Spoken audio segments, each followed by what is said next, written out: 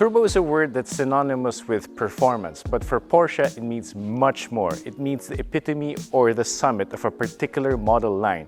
And of course, with Porsche celebrating 50 years of Turbo, we're here at the Stuttgart, Germany, to drive a selection of automobiles from the first 911 Turbo to the latest 911 Turbo.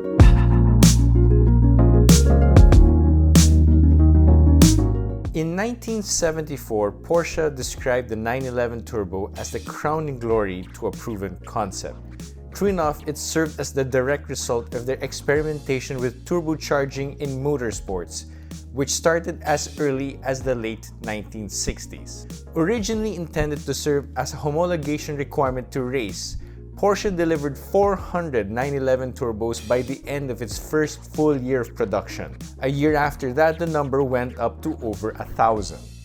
The first ever 911 Turbo went down in history as the world's first serial production sports car with an exhaust gas-controlled turbocharger, and it was one of the fastest cars of its time. What sets it apart from its competitors was its unrestricted day-to-day usability in combination with its luxurious interior equipment, a defining trademark of Porsche Turbo. Since then, the Turbo has gone beyond the engine. It's become synonymous with the range-topping Porsche models and is no longer solely linked to the 911. Turbo has made it to other Porsche models such as the 944 Turbo in 1985. In typical Porsche fashion, this transaxle sports car had direct motorsports origins with an engine used in a one-make racing series. It was distinguished by its bow-shaped wing at the back, the 16-inch flat-dished alloy wheels, sport suspension with standard ABS, and ventilated discs all around.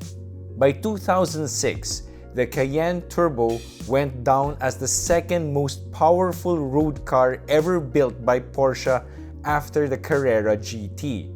The bi-turbo V8 produced 521 PS, which despite the Cayenne Turbo S's 2.3-ton curb weight, helped it reach the 100 kph mark in just 5.2 seconds.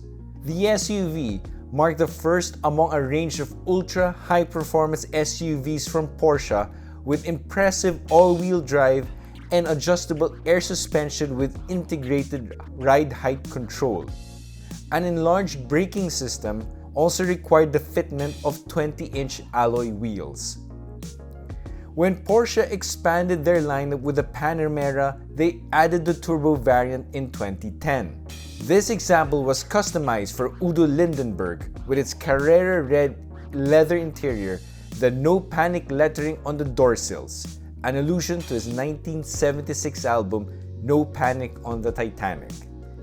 It also came with many optional extras such as the 20-inch 911 Turbo wheels, the Porsche ceramic composite brakes, and an electric sunroof. It also had an integrated DVD player.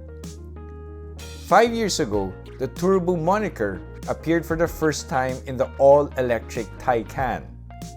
While not equipped with an actual exhaust turbocharger, the Taycan Turbo earned the model designation by being the spearhead of Porsche e-performance.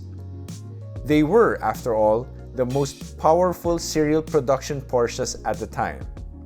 Its battery pack doubles as a structural component, keeping the center of gravity low.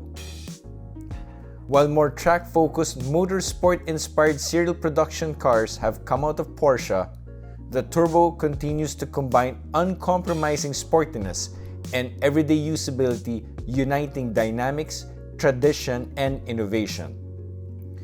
The latest 911 Turbo, designated the 992.1, does just that.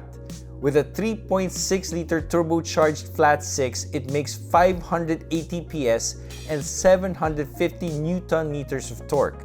It can reach 100 kph in 2.7 seconds, 200 kph in 9.7 seconds. It is the fastest road-legal production car to lap the Nürburgring Nordschleife with regular, non-semi-slick tires.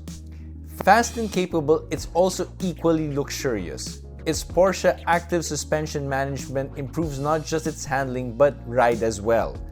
Rear axle steering improves low-speed maneuverability and high-speed stability.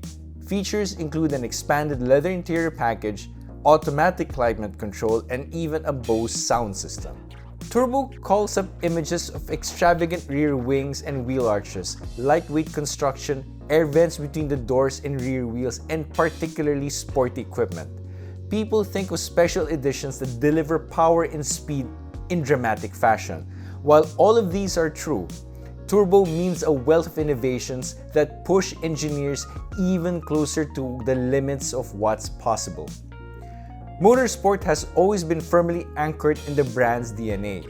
Porsche then compresses the knowledge from motorsport to its essence and incorporates it to its next sports car. To this day, the sports car manufacturer has retained the idea of first testing new technologies on the racetrack of the world before entering serial production. The difference between a turbo and a non-turbo is not just something that you can see. More than anything, it's something you feel. The turbo principle has marked the frontier of what is possible at Porsche for half a century. Turbo is far more than just a model designation. It carries with it all the victories that Porsche has celebrated on the racetracks of the world.